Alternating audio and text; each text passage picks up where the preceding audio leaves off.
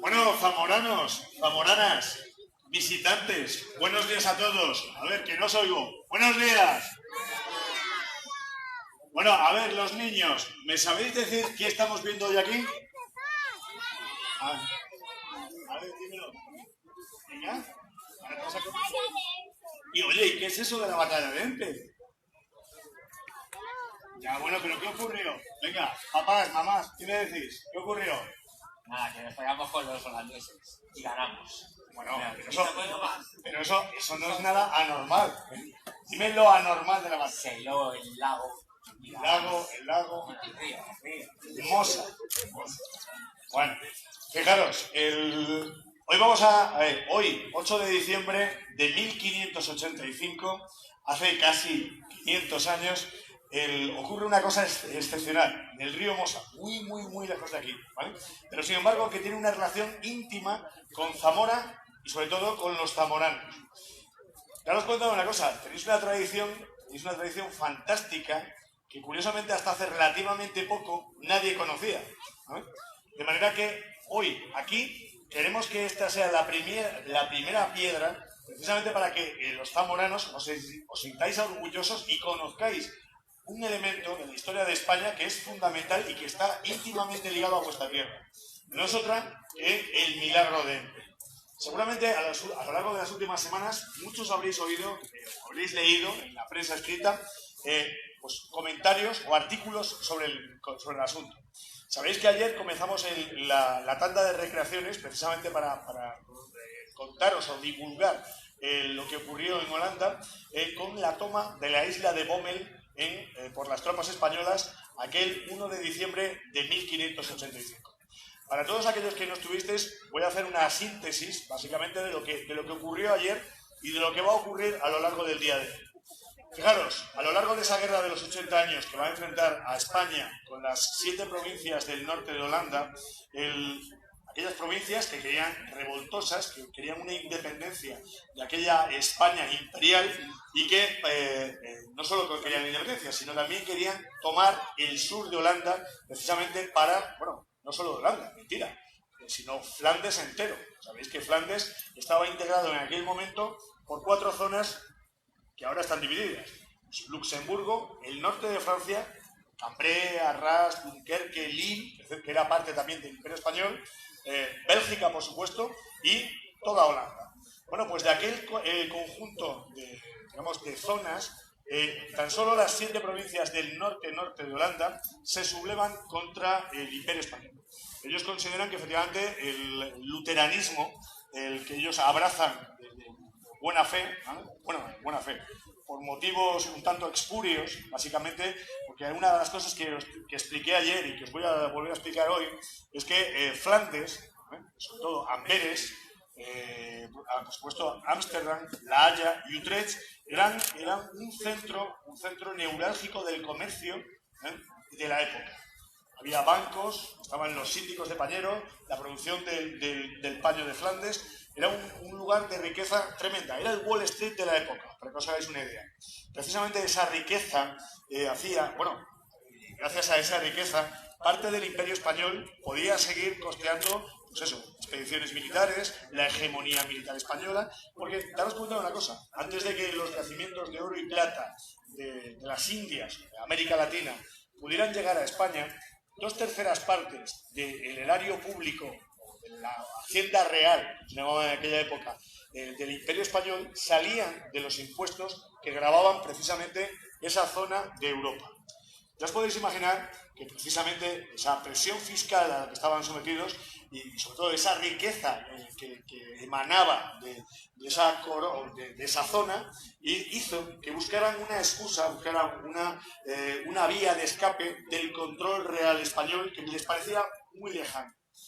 Precisamente cuando Martín Lutero escribe sus tesis, ellos las abrazan con un cariño especial, buscando precisamente elemento distanciador del resto de la monarquía hispánica, que no iba a ser otro que la religión. Precisamente utilizando la idea luterana del asunto, era contraponerse al control del Imperio Español. Pues va a empezar una guerra que va a durar 80 años, fijaros. Durante esa guerra hay todo tipo de vicisitudes y en determinados momentos a España le va muy bien y en otros les va francamente mal. Lo primero que hace Carlos V, en el momento en que efectivamente estalla la revuelta, es mandar a un personaje que seguro que todos habéis oído hablar de él, que es el Gran Duque de Alba. Nada que ver con la duquesa actual, ¿vale? O la que todos conocéis, por la edad. Era un señor completamente distinto, ¿vale? Era un señor que, aunque magnífico militar, porque hay que reconocer una cosa, el Duque de Alba no perdió ni una sola batalla que libró con los holandeses. Este hombre tenía un problema de carácter muy importante, que era el siguiente. Él consideraba que todo el que se levantara contra el rey de España era un traidor. Realmente era así, con las leyes de la época. Pero había un problema, que para ser comandante general en Flandes había que tener una sensibilidad especial. No solo había que mandar con el guantelete de acero, sino también con el guante de armiño. En otras palabras, no solo era una cuestión de aplicar castigos, sino también de negociar. Alba, esta dualidad no la tenía. Él solo entendía el guantelete de acero. Y pese a que esos tercios que salen de Italia para poner freno, digamos, a las tropelías de los luteranos, ¿vale? Pese a que Alba gana todos y cada uno de los enfrentamientos, curiosamente, la falta de piedad que tiene con los holandeses va a generar un problema aún mayor que el que ya había. Pongo un ejemplo. El comienzo de la leyenda negra española, que todos habéis oído hablar, ¿vale? Es real. Eso hay que reconocerlo. Otra cosa es que luego, por motivaciones políticas, esa leyenda se engordara hasta el infinito y más allá. Pero, por ejemplo, pongo un ejemplo muy gráfico. Cuando el Duque de Alba toma la ciudad de Haarlem, ojo, no Haarlem, Estados Unidos, sino Haarlem, al lado de Ámsterdam, huelga tras la batalla, o sea, mejor dicho, tras la victoria de Haarlem, huelga 5.000 holandeses. Eso lo que hizo fue echarle gasolina, o sea, lejos de apagar el motín holandés, lo que hizo fue inflamar los odios contra España, ¿vale? Realmente la falta de capacidad política de Alba nos hizo un flaco favor, porque seguramente si él se hubiera demostrado ser magnánimo, precisamente con aquellos rebeldes, seguramente, teniendo en cuenta que habíamos vencido completamente a los holandeses, ahí hubiera terminado el asunto. Pero fijaros, a partir de ese momento no solo no termina, sino que esa hoguera de odio anti-español se va a encender mucho más precisamente con la excusa de la matanza de Haarlem. Fijaros, a lo largo del periodo, ¿vale? Ya vuelvo a repetiros, a España hay determinados momentos que les va francamente bien y hoy otros que no les va tan bien. Hoy vamos a hablar de ese evento, ese hecho histórico que no es otro que el Milagro de Empel, que realmente militarmente no tiene una significancia especial, aunque es una victoria española, pero sobre todo es mucho más psicológico para nosotros, precisamente porque va a ser el comienzo de la advocación de la Inmaculada. Hoy día 8 de diciembre, va a ser que hay una parte de la historia que no os quiero contar en este momento porque quiero que la veáis esta tarde, ¿vale? Hoy día de 8 de diciembre va a comenzar una advocación que se mantiene hasta la actualidad. Y lo que ocurre precisamente en ese islote, y que tiene una relación muy directa con vosotros, zamoranos, porque todos los soldados que luchaban en la isla de Bomen eran zamoranos. Era el famoso Tercio de Zamora, que se había levantado 3 años antes para la guerra con Portugal. Y que efectivamente, al terminar su servicio de armas en Portugal, va a ser mandado, en este caso, a Flandes. Daros cuenta de la situación. En un momento determinado, Holanda está dividida en 2 partes. La parte protestante al norte y la parte católica al sur. Entre medias hay un río tan ancho como, bueno, no, de hecho, bastante más ancho que el Duero, que es el Mosa, en la confluencia con el Maas y con el Rin. Entre los 3 ríos, ya sabéis cómo es Holanda. Es un país que está por debajo del nivel del mar y que si se mantiene seco es a base de polders, de canales y de diques, ¿no? Bueno, pues en el caso del Mosa había una isla alargada que se llama la isla de Bomen, ¿no? Esa isla no era otra cosa que los sedimentos que el río había ido depositando a lo largo de siglos en el centro del río. El islote tenía 26 kilómetros de largo, una especie de zapatilla alargada, por 1 de ancho. Y tanto para los generales holandeses como para los generales españoles, unos y otros se daban cuenta de la importancia estratégica del islote. ¿Por qué? Porque aquel país que controlaba el islote controlaba las aguas arriba y aguas abajo el Mosa. y sobre todo tenía una facilidad añadida para saltar la orilla contraria, ni más ni menos. Bueno, pues don Alejandro Farnesio, gobernador militar de Flandes en ese momento, un personaje completamente distinto a Alba, mucho más humano, sin duda, a primeros de diciembre de 1585 toma la decisión de dar la orden al tercio de Zamora, o tercio de Bobadilla, el nombre, el apellido de su comandante jefe, de tomar el islote de Bome. La idea no era otra que asaltar el islote, fortificarlo y acto seguido asaltar la orilla contraria. El problema que tienen las tropas españolas es el siguiente, que lanzan un ataque por sorpresa a la isla, no les cuesta demasiado trabajo tomarla, pero curiosamente se van a quedar bloqueados, porque el puente de pontones que querían instalar precisamente para tener contacto con la orilla sur, católica, y con la orilla norte, protestante, no son capaces de colocarlo, porque una flota fluvial holandesa se va a meter alrededor suyo. Visualizar, para que os hagáis una idea y lo tengáis así más en mente, esto es como si fueran los indios alrededor de los vaqueros, en esas películas del oeste que habéis visto todos. O sea, los vaqueros, alrededor, o sea, metidos dentro de sus carretas, en este caso la isla de Bome, son rodeados por los Sioux, dando vueltos y disparando sobre ellos. Pues básicamente eso es lo que ocurrió en Bome, ni más ni menos. La isla queda aislada precisamente porque el puente de pontones no se puede instalar. Y lo que tienen las tropas españolas alrededor es una flota fluvial que está cañoneando permanentemente a las unidades españolas. Eso es lo que vamos a ver reproducido hoy. Fijaros, cuando los soldados españoles llegaron el 1 de diciembre, la logística militar de la época marcaba, ya os podéis imaginar que nada tiene que ver con la actual, marcaba que los soldados vivieran sobre el campo, en otras palabras, del pillaje. Entraban en las casas holandesas y efectivamente se servían lo que fuera necesario.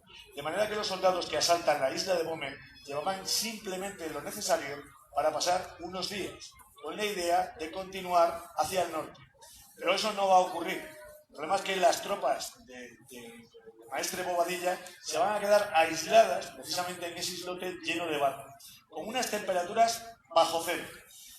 Fijaros, hoy tenemos un día excepcional. Esto no es la realidad. Los soldados zamoranos estaban en unas condiciones simplemente terroríficas. Llevaban 7 días resistiendo. Hacía un frío glacial, nevadas constantes. No sabemos al día de hoy cuántos ya habían muerto por congelación. Pero os puedo decir una cosa, la isla de Bome, que ya no existe, ahora es parte de la ribera sur del Mosa, ¿vale? Era una zona con muy poquitos árboles. Todos se talaron precisamente para dar calor y sobre todo para poder cocinar lo poco que tenían los soldados españoles. Después de 6 días de resistencia, allí no quedaba nada. ¿Vale? Estaba totalmente despoblada precisamente porque los soldados españoles, para intentar mantenerse calientes y poder cocinar lo poco que tuvieran, lo habían talado absolutamente todo. Bueno, pues los holandeses en ese momento se dan cuenta que tienen una gran oportunidad, porque fijaros, el maestre Bobadilla había mandado a tierra firma, a la orilla sur, por la noche, intentando zafarse del control holandés en el río, a un capitán español con un bote, con un mensaje para don Alejandro Farnesio, comandante en jefe de Flandes, pidiéndole por favor refuerzos, que vinieran en su ayuda. Bueno, pues curiosamente el mensaje sí llegó, porque nuestro amigo el capitán llegó al pueblo de Bolduque y lo entregó. Y Farnesio lo único que le puede mandar a Bobadilla es apáñatelas como puedas, no tenemos nada más. Al islote, así se lo comunica al maestro. Y le dice, señor, nuestro general Alejandro Farnesio os comunica que os tenéis que apañar con las fuerzas que tenéis. Intentad salir de aquí como buenamente podáis porque no va a haber refuerzos. Ya os podéis imaginar que la situación de los españoles era simplemente desesperada. Muertos de frío, muertos de hambre y completamente rodeados. La armada holandesa se movía con total libertad a lo largo del Mosa. Sin embargo, los españoles clavados lo único que podían hacer era soportar estoicamente el bombardeo holandés. Mucha gente me ha preguntado, ¿y entonces por qué no acabaron con ellos? Curiosamente los españoles tenían una ventaja táctica que hoy vais a ver aquí. Esas fuerzas españolas que combatían en la isla tenían 6 piezas de artillería pesadas de campaña que habían llevado precisamente para seguir combatiendo con los holandeses una vez que hubieran cruzado la orilla norte. Con esas 6 piezas lo que hicieron era mantener alejada a la escuadra holandesa, que aunque era más numerosa, los cañones que tenían embarcados eran de un calibre mucho más pequeño. De manera que efectivamente mantuvieron alejada de la isla a la armada holandesa. Y dicho esto, vamos a ver la segunda parte de la relación. Si ayer vimos la encamisada española que tomó el islote de Bomen, hoy vamos a ver el contraataque holandés que va a intentar desalojar a los españoles, jugando al ratón y al gato con esa artillería española que todavía controlaba el río. ¡Que comience la batalla! Muchas gracias, estimado público.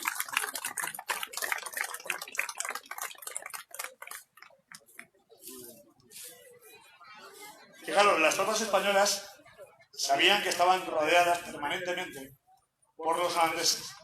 Allá al fondo, en el río, muchos de vosotros lo podréis ver, otros no tanto, tenemos una barcaza llena de infantes de marina holandeses.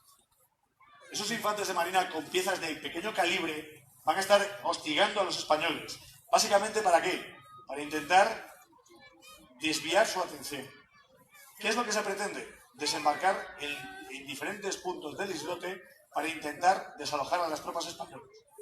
Intentar barrerlos desde la zona este del islote a la zona oeste.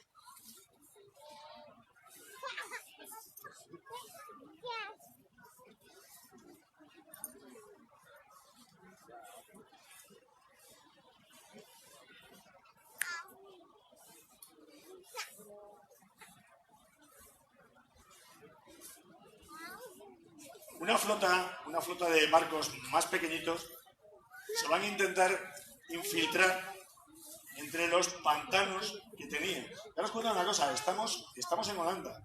El nivel del río estaba muy crecido precisamente por las nevadas del invierno. Los soldados españoles lo estaban pasando francamente mal. Había centenares de heridos por congelación y habían muerto posiblemente otro par de centenares largos.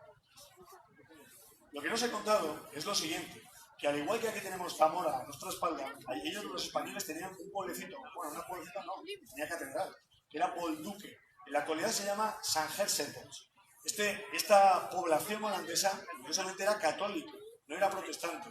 Y curiosamente eran conscientes del sufrimiento de las tropas españolas en el centro del río. Cada noche, a lo largo del asedio de la isla, los habitantes católicos de Bolduque salían cada noche en procesión con antorchas encendidas para que los españoles desde el centro del río los pudieran ver. Y tocaban las campanas de todas las iglesias, también para mantener psicológicamente la resistencia española. Pero poco más podían hacer por ellos.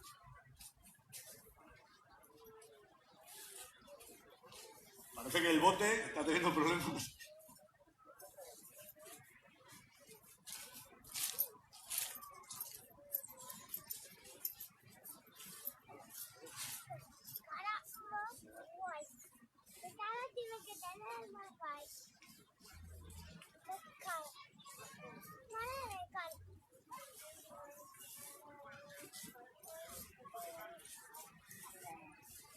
Armada holandesa, que comience el ataque.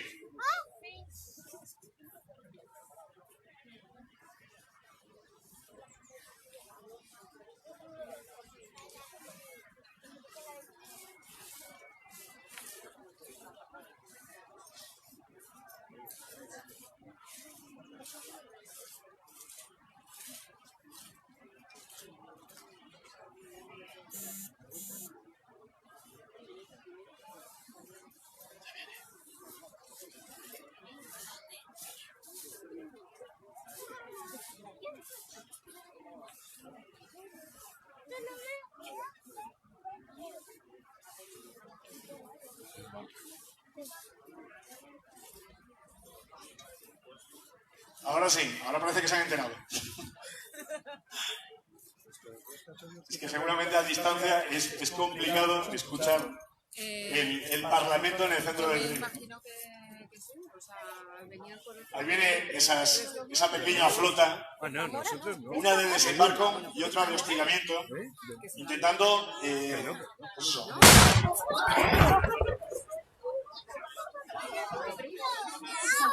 No sé, ¿qué os pensabais? ¿Tirarme juguete? Las tropas españolas están alertadas. La fuerza fluvial holandesa viene a por ellos.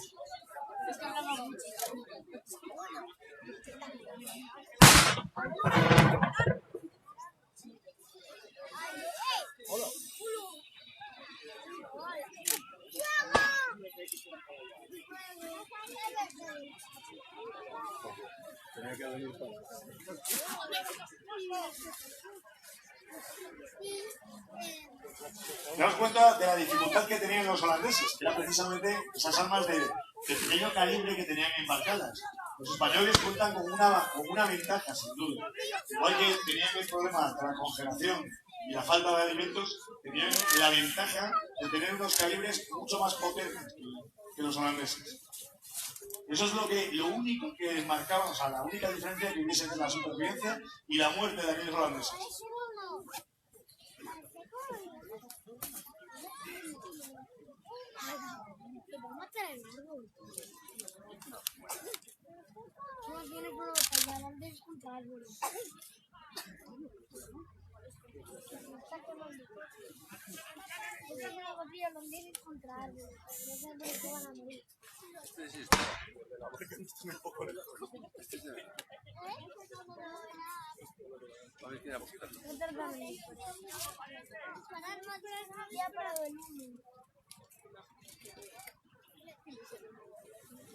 Mirad, en aquel periodo, las armas de portátiles, o sea, los arcabuces y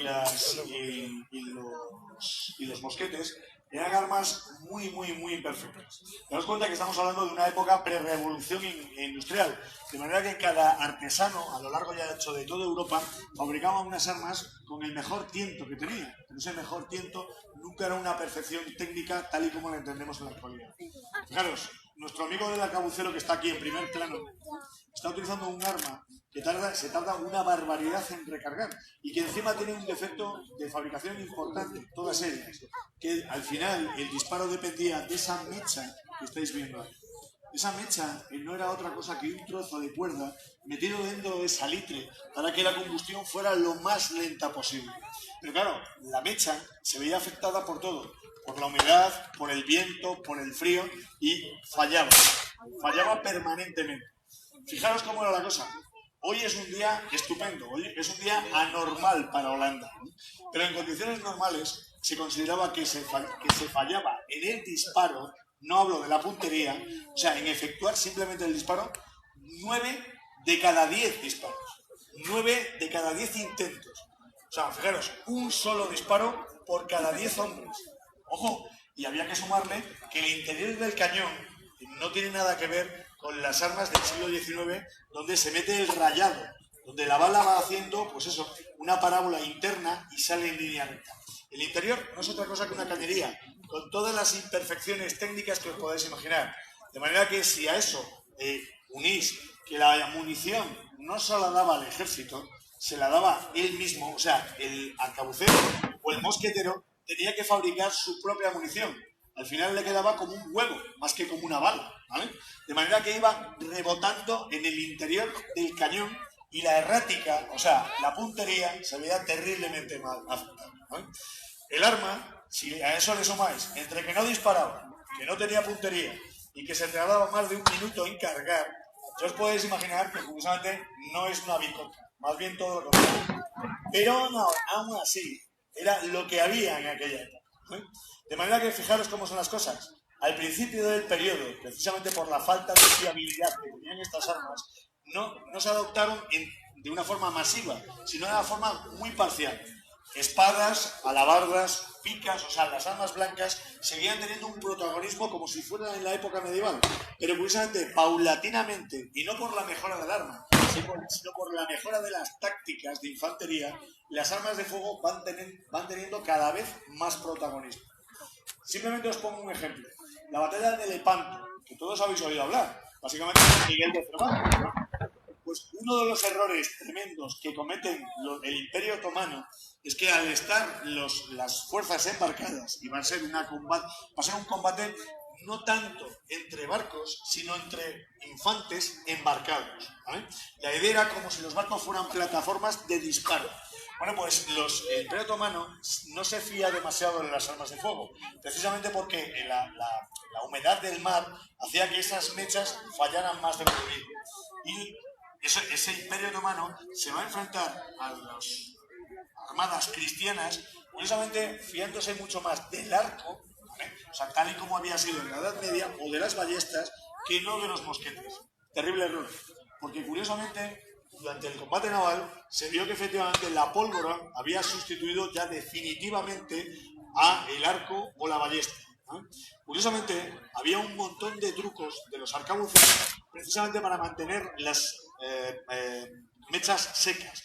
Y uno de ellos es este sombrero tan característico que todo el mundo considera que simplemente tiene una utilidad, digamos, estética. Pero no, señor, tiene una utilidad práctica. Si el ala tan ancha de los dos lados se debe a que los arcabuceros se enrollaban en la frente las mechas, ¿eh? Precisamente para mantenerlas secas, con las dos alas bajadas. Pero luego, aparte de eso, precisamente para mantener secas las mechas, había otro elemento importante.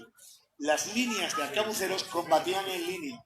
Imaginaros 50 tíos en línea por 20 de fondo.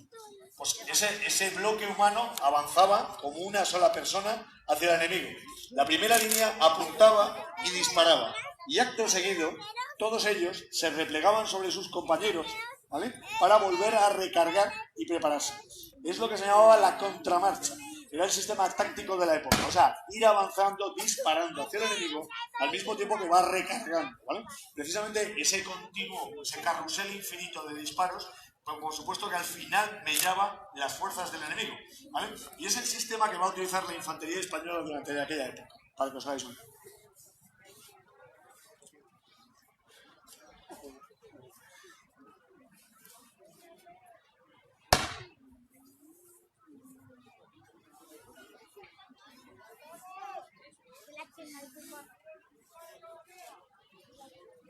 La fuerza de desembarco holandesa se va acercando poco a poco hasta la orilla,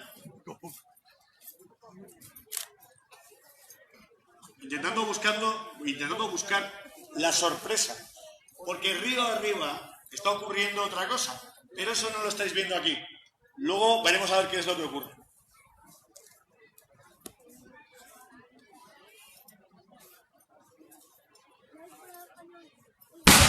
Deben tener algún tipo de dificultad con la corriente, porque veo que la fuerza se está dividiendo mucho.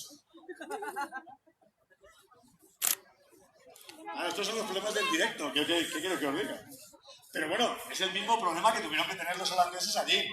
Como no os quiero destripar la historia, porque quiero que veáis la última parte esta noche, sí es verdad que los holandeses tuvieron este problema, ¿vale? Y más serio, de hecho, ¿vale? Pero no os quiero contar lo que ocurrió, porque si no os estoy desvelando el último capítulo.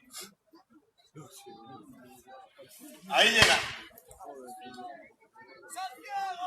La primera hornada de fuerzas holandesas están desembarcando en este momento. Río arriba, otra unidad holandesa había tomado otro punto del islote.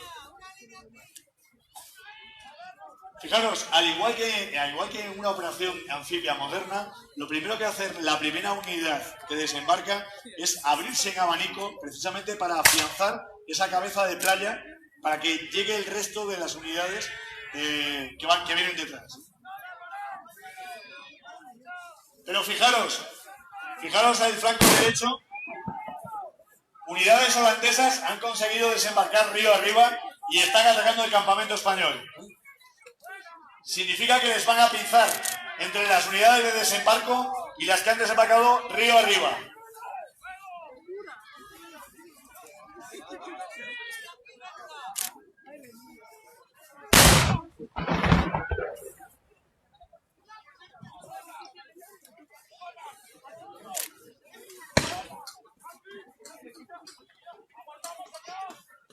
Fijaros cómo el clero huye, básicamente porque daros cuenta que como guerra religiosa que era, los primeros precisamente en sufrir en sus carnes las iras del enemigo era el clero, ojo, tanto protestante como católico. Especialmente odiado eran los jesuitas, a los que les reservaban un castigo especial, arrancarle todas las uñas, ¿vale? Y luego decapitar.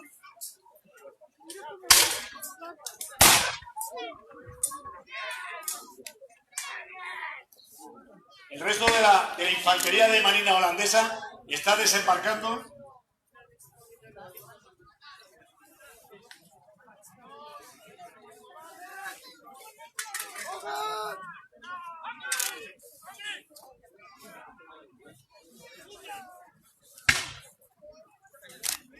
Y las fuerzas españolas no les queda más remedio que, pinzadas, siendo atacadas en dos extremos opuestos, se tienen que ir replegando, dejando el campo a los holandeses. Da la sensación de que la isla de Pommel va a caer en sus manos. Una línea de piqueros, que veis ahí al fondo, intenta mantener la línea precisamente para no perder el islote. Daros cuenta de una cosa, la pica es un arma, tal y como os comentaba ayer, no ofensiva, es un arma defensiva y en realidad no estaba preparada ni diseñada para luchar contra infantería, estaba diseñada para luchar contra caballería. La idea era mantener a la caballería muy rápida y ágil, lo más alejado posible de los arcabuceros. Precisamente ¿para qué? Para que tuvieran el tiempo suficiente de recargar e ir disparando. Si tú creabas bosques de picas, ¿vale? Imaginaros, ahí tenemos tan solo 6 o 7 piqueros, pero en condiciones normales llegaban hasta de 1000 como si fuera un único hombre. Imaginaros un bosque de 1000 picas que avanza o retrocede, ¿vale? Empujando todo lo que haya a su paso. Ya os podéis imaginar que la caballería malamente podía enfrentarse a ese bosque de picas. Los italianos idearon un sistema, porque claro, a esa distancia, a 5 metros 10, 5 metros 20 de distancia, la caballería europea no podía enfrentarse en igual de condiciones a esos piqueros. El sistema italiano se llamaba la caracola y consistía en lo siguiente: en avanzar, o sea, cargar sobre las picas, pero en el momento en que el pecho del caballo estuviera cerca, que no encima, lo que hacían era sacar las pistolas de caballería, pistolas de arma, disparar sobre los piqueros que mantenían las picas, volver grupas y retirarse. O sea, hacían exactamente lo mismo que la infantería. O sea, descargaban sus pistolas, se replegaban, volvían a recargar y volvían a disparar. O sea, la caracola, ¿vale? O sea, también un círculo infinito con la idea de ir acabando paulatinamente con esos piqueros. Las fuerzas de infantería de marina holandesa, evidentemente menos acorazadas que las tropas españolas, contra esos piqueros que van cargados con corazas y coletos de piel, como el que yo llevo, no son un enemigo, digamos, temible. ¿Por qué? Porque con esas picas tan largas van a mantenerlos a distancia. Venga para acá, a comer queso. Sí, tiene una explicación. Que te lo voy a decir. Dice la señora. Habla que en la explicación. Fijaros, os voy a contar una anécdota muy curiosa. Cuando se habla de los tercios de Flandes, todos tenemos en mente a soldados españoles que van a luchar allá a Holanda. Y la realidad no es esa, es muy distinta. Fijaros, en Flandes, bueno, mejor dicho, el Imperio Español, precisamente como imperio que era, tan solo tenía en el cómputo total de los soldados del imperio entre un 5 y un 15% de españoles. El resto no eran españoles, eran alemanes, alsacianos, croatas, italianos, portugueses, irlandeses, imaginaos, infinitos. No es que mucha gente dice, no, es que eran mercenarios. No, mercenarios no eran. Eran simplemente súbditos del rey de España, nacidos a lo largo y ancho del imperio, ¿no? Hoy por hoy, explicar esto en determinados sitios es bastante complicado, porque la gente parece no entender. Fijaros, esa es la línea de combate que se denomina infantería. Al grito de infantería, los piqueros adoptaban esa posición, manteniendo la mano en el culo de la pica, o sea, en la parte posterior, y manteniéndola en siesa ristre, ¿sabes?, a la altura de la cara. Así intentaban avanzar hacia los enemigos. Ya os digo, los enfrentamientos de piqueros no eran algo buscado. ¿Por qué? Porque su objetivo era mantener alejada a la caballería. Además, daros cuenta de una cosa, como son bloques de miles de hombres, las batallas entre piqueros no tenían una resolución clara.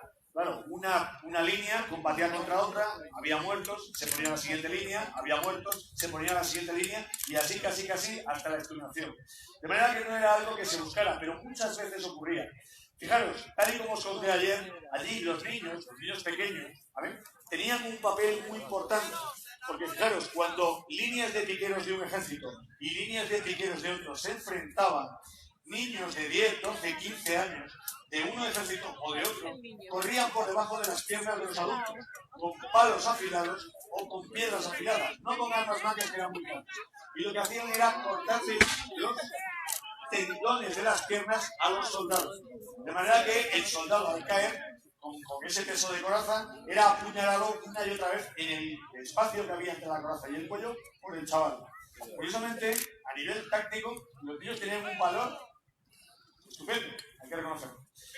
Pero precisamente por esa capacidad táctica que tenían los niños, los ejércitos empiezan a producir, digamos, contramedidas. Que va a ser la siguiente: poner un grupo de soldados con espadas detrás de la primera línea de piqueros que vayan matando a los niños en función de que se fueran acercando a las piernas de la primera línea de soldados.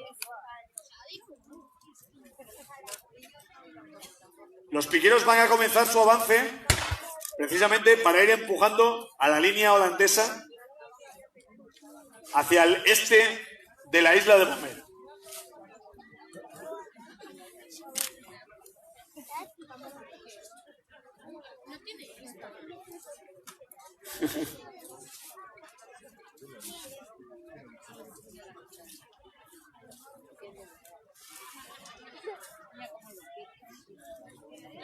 ¡Vamos a matar a todos, caraje! ¡Santiago! ¡Viva España! ¡Vais a morir, veteranos! Ya sabéis que lo que estáis escuchando al fondo, ya sabéis que el grito de combate de la infantería española históricamente siempre ha sido el mismo: Santiago y cierra España. En aquella época también, por supuesto. Fijaros, para saber distinguir los rangos en un ejército que no tenía uniformes, porque os voy a... Fijaros, no sé si os habéis fijado en un detalle, no hay nadie uniformado, ni holandeses ni españoles. La próxima vez que veáis, os fijéis en la rendición de Breda, el cuadro de Velázquez, fijaros en un detalle muy importante: en el cuadro no hay nadie uniformado. Y mucha gente dice, ¿y eso? Porque, claro, como se están rindiendo, pues están con el vestuario de gala, ¿no? No, señor, es que simplemente no había uniformes, no existían los uniformes en Europa. Mucha gente piensa que los uniformes han acompañado a las fuerzas militares de forma histórica, pero no es verdad. El uniforme, tal y como lo entendemos en la actualidad, es un invento sueco de finales del siglo XVII. ¿Vale?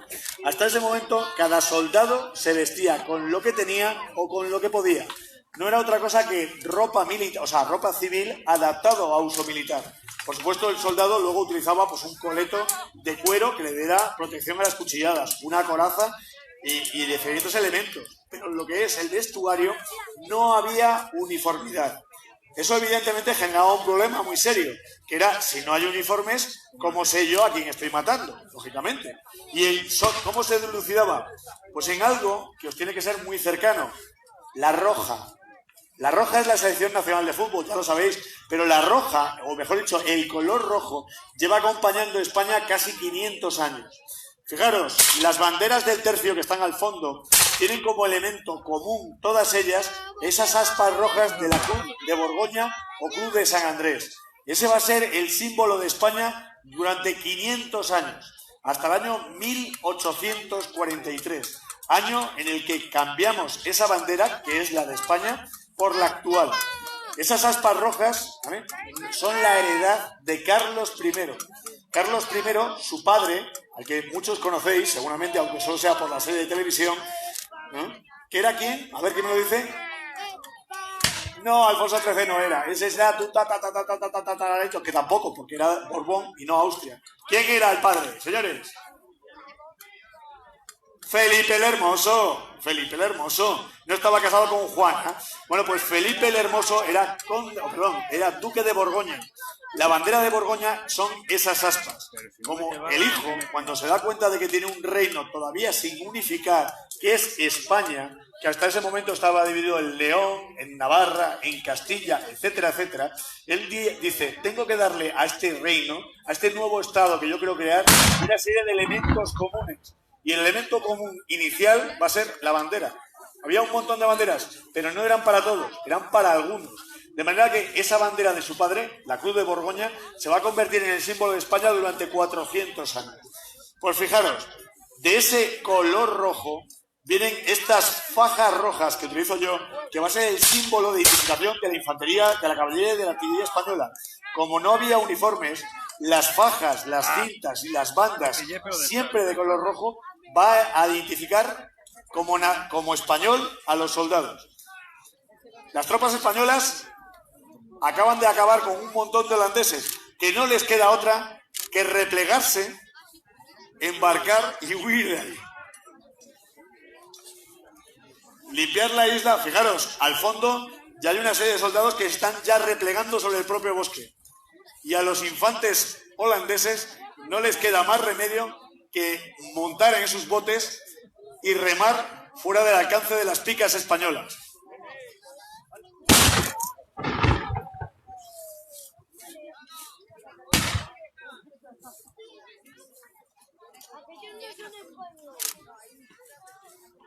Infantería, limpiad el terreno.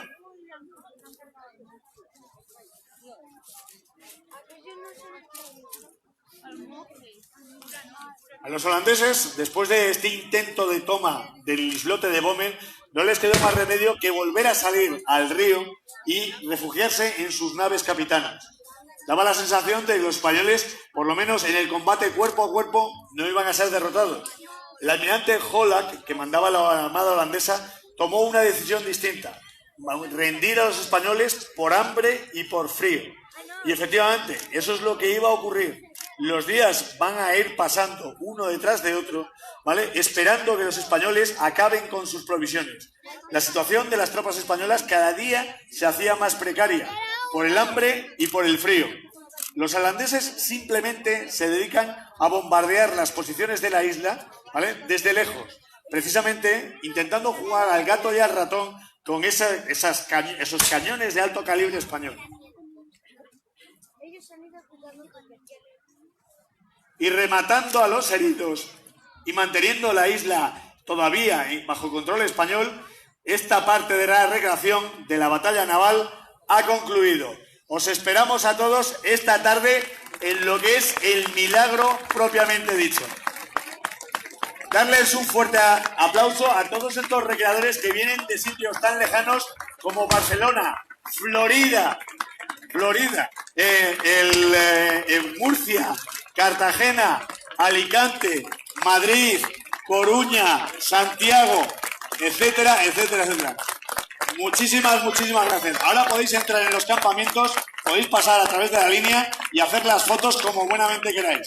Si tenéis alguna pregunta, duda, lo que sea, os las atendemos, ¿eh? Muchas gracias. Bueno, pues aquí acaba la historia de esta primera parte de lo que será esta tarde la recreación definitiva del milagro de Empen. Esta tarde estaremos de nuevo con todos ustedes desde Zamora News. Saludos.